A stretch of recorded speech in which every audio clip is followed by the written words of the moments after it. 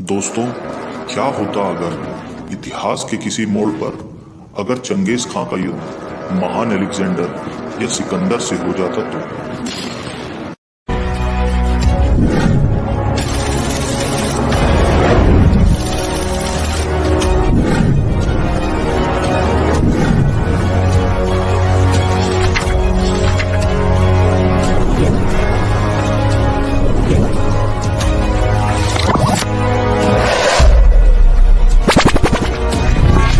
दोस्तों, स्वागत है आपका story of the stories channel. यहाँ पर हम हिस्ट्री के रोचक तथ्यों की बात करेंगे।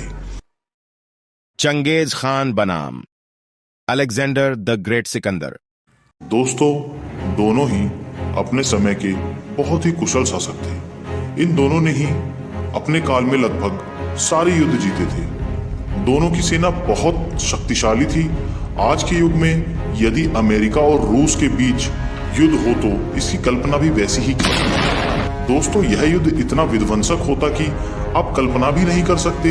इसमें दोनों पक्षों के लगभग 10 लाख से ज्यादा सैनिक भी मारे जाते और जिस इलाके में यह युद्ध हो रहा होता उस इलाके के भी बहुत लोग मारे जाते। तथा इसके अलावा यह युद्ध बहुत दिन या कई वर्षों तक चलता, क्योंकि दोनों ही जिद्दी शासक थे तथा इन्होंने कभी भी युद्ध में हार का सामना नहीं किया था। दोस्तों, चलिए हम दोनों की शक्तियों का आकलन कुछ विशेष गुणों द्वारा करते हैं। यहाँ हम दोनों की सैन्य शक्ति, आर्थिक शक्ति तथा शासकीय शक्ति तथा विचारधारा तथा अपनी युद्ध रणनीति के आधार पर अपनी सेना से जो इनका तालमेल था उसके आधार पर हम इसकी परिकल्पना या कल्पना कर सकते हैं दोस्तों कि इसका परिणाम क्या होगा। इस युद्ध के पहले नायक चंगेज खां का जन्म 1162 के आसपास मंगोलिया के खानाबदोश कबीले में हुआ था। चंगेज खान का पिता येसुजेई बंगातुरा उनके कबीले का सरदार था। जब चंगेज खान मात्र 10 वर्ष का था तो उसके पिता की हत्या कर दी गई। अनाथ होने के बाद भी चंगेज खान मेहनत करता चला गया और बढ़ता चला गया। कबीले के सरदार का पुत्र होने के कारण वह बचपन से ही युद्ध की बारीकियां सीखता चला गया। बचपन में चंगेज खान बहुत गुस्सैल थे। एक बार बचपन में उनके एक भाई ने उनकी मछली चोरी करके खा ली थी। इस पर उन्होंने अपने भाई को मार दिया। दोस्तों, चंगेज खान के बचपन का नाम तेमुजिन था, जिसका मतलब होता है लोहकर। जब चंगेज खान मात्र 10 वर्ष का था, एक बार उसके पिता उसको अपनी दुल्हन के परिवार के यहाँ ले जा रहे थे। वापस लौटते समय चंगेज खान के पिता को प्रतिद्वंदी टटार जनजाति विद्रोहियों ने खाने में जहर मिलाकर मार दिया। दोस्तों, जब चंगेज खान का जन्म हुआ था तो जन्म से ही उसकी दाईं हथेली की पंजे पर खूनी धब्बा था। 12 वर्ष की आयु में तेमुजिन की शादी फिरदौस के साथ कर दी गई। इसके बाद उसकी पत्नी बोरते बनी। अपनी पत्नी को छुड़ाने के लिए उसने कई लड़ाइयां लड़ी। इस विकट परिस्थिति में भी दोस्त बनाने में सक्षम रहा। नवयुवक बोगुचर उसका प्रथम मित्र था और वो आजीवन उसका विश्व मित्र बनकर रहा। उसका सगा भाई जम्मुका भी उसका एक विश्वसनीय साथी था। तेमुजिन ने अपने पिता के वृद्ध सगे भाई तुंगरिल उर्फ ओंग खान के साथ पुराने रिश्तों को पुनर्स्थापित किया। जम्मुका हालांकि प्रारंभ में उसका मित्र था, बाद में वो शत्रु बन गया। 1180 तथा 1190 के दशक में वो ओंग खा का मित्र रहा और उसने इस मित्रता का लाभ जम्मुका जैसे प्रतिद्वंदियों को हराने के लिए किया। जम्मुका को हराने के बाद उसमें बहुत आत्मविश्वास आ गया और वो अन्य कबीलों के खिलाफ युद्ध के लिए निकल पड़ा। इसमें उसके पिता के हत्यारे शक्तिशाली ततार, कैराइट और खुद ओंग खान शामिल थे। ओंग खान के विरुद्ध उसने 1203 में युद्ध छेड़ा और उसे भी मार डाला।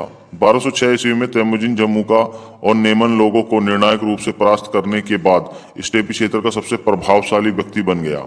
उसके बाद उस पर्व को देखते हुए मंगोलों के कबीलों के सरदारों की एक सभा कुरीलताई में मान्यता मिली और उसे चंगेज खां, समुद्री खां या सार्वभौमिक शासक की उपाधि देने के साथ महानायक घोषित किया गया। कुरीलताई से मान्यता मिलने तक वो मंगोलों की एक सुसंगठित सेना तैयार कर चुका था। उसकी पहली इच्छा चीन पर विजय प्राप्त करने की थी। चीन उस समय 3 भागों में विभक्त था।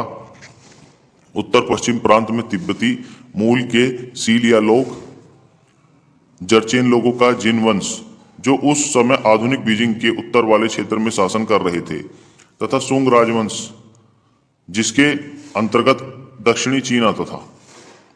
जरचेन लोगों का जीन राजवंश जो उस समय आधुनिक बीजिंग के उत्तर वाले क्षेत्र में शासन कर रहे थे, तथा सुंग राजवंश जिसके अंतर्गत दक्षिणी चीन आता था। 1209 में सी लियालोंग परास्त कर दिए गए। 1213 में चीन की महान दीवार का अतिक्रमण हो गया और 1215 में पेकिंग नगर को लूट लिया गया। जिन राजवंश के खिलाफ 1234 तक लड़ाइयां चली, पर अपने सैन्य अभियान की प्रगति भर को देख चंगेज खान अपने अनुचरों की देखरेख में युद्ध को छोड़ वापस मातृभूमि को मंगोलिया लौट गया। सन 1218 में कराखिता की पराजय के बाद मंगोल साम्राज्य अमुदरिया, तुरान और ख्वारिज्म राज्यों तक विस्तृत हो गया। 1219 से 1221 के बीच कई बड़ी लड़ाइयां ओट्रार, बुखारा, समरकंद, बल्ख, गुरगंज, मर्व, निशानपुर और हेरात ने मंगोल सेना के सामने समर्पण कर दिया। जिन नगरों द्वारा प्रतिशोध किया उनका विध्वंस कर दिया गया। इस दौरान मंगोलों ने बेपनाह बर्बरता का परिचय दिया और लाखों की संख्या में लोगों का वध कर दिया। चंगेज खान ने गजनी और पेशावर पर अधिकार कर लिया तथा ख्वारिज्म वंश के शासक अलाउद्दीन मोहम्मद को कैस्पियन सागर की ओर खदेड़ दिया, जहां 1220 में उसकी मृत्यु हो गई। उसका उत्तराधिकारी जलालुद्दीन मकबरनी हुआ, जब मंगोलों के आक्रमण से भयभीत होकर गजनी चला गया। चंगेज खान ने उसका पीछा किया और सिंधु घाटी के तट पर उसको हरा दिया। जलालुद्दीन सिंधु नदी को पार कर भारत आ गया, जहां उसने दिल्ली के सुल्तान इल्तुतमिश से सहायता की फरियाद रखी, लेकिन इल्तुतमिश ने शक्तिशाली चंगेज खान के भय से उसको सहायता देने से इनकार कर दिया। इस समय चंगेज खान ने सिंधु नदी को पार कर उत्तरी भारत और असम के रास्ते मंगोलिया वापस लौटने की सोची, पर असह्य गर्मी, प्राकृतिक आवास की कठिनाइयों तथा उसके समन निमित्तज्ञों द्वारा मिले अशुभ संकेतों के कारण वो जलालुद्दीन मकबरनी के विरुद्ध एक सैनिक टुकड़ी छोड़कर वापस आ गया।